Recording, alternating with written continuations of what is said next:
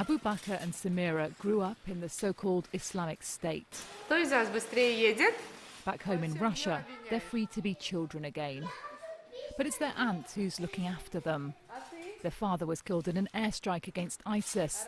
Their mother's serving a life sentence in Iraq. The children spent almost 2 years locked in a cell with her. Before that, Samira remembers the bombing. They told us to get in the house immediately whenever the bombs started, she tells me.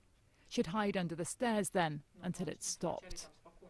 Malika spent months pleading with Russian officials to get the children out of Iraq. They were finally flown home in December. I think she is trying to forget. One time she remembered something, and I said, "Forget it, it's all a nightmare." And she said, "It was a very long nightmare, very long." Up to 4,000 Russians are thought to have fought for ISIS, most from this mainly Muslim region that suffered terror attacks of its own. When men here in the North Caucasus began leaving to join ISIS, some officials weren't too worried. They felt that was ridding this region, at least, of extremists.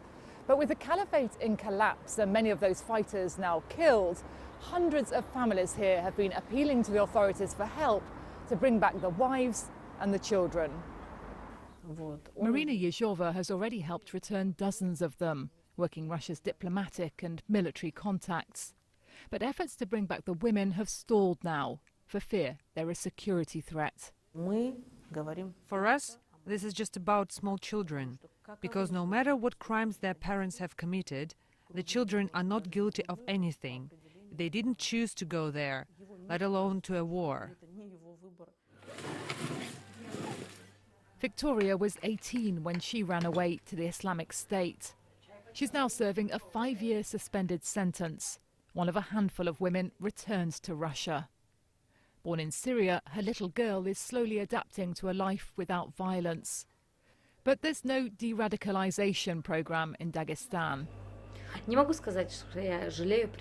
And even today, Victoria tells me she doesn't regret joining ISIS and she won't condemn it. But what about those killed in the name of that state, I ask.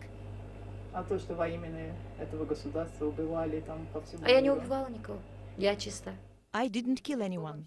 I'm clean. Before God and the authorities. I didn't kill. I won't answer for others. Everyone must answer for their own sins. The authorities are keeping an eye on Victoria. She has a curfew. She says her only interest now is raising Fatima. But Russia's in no hurry to bring more ISIS women home.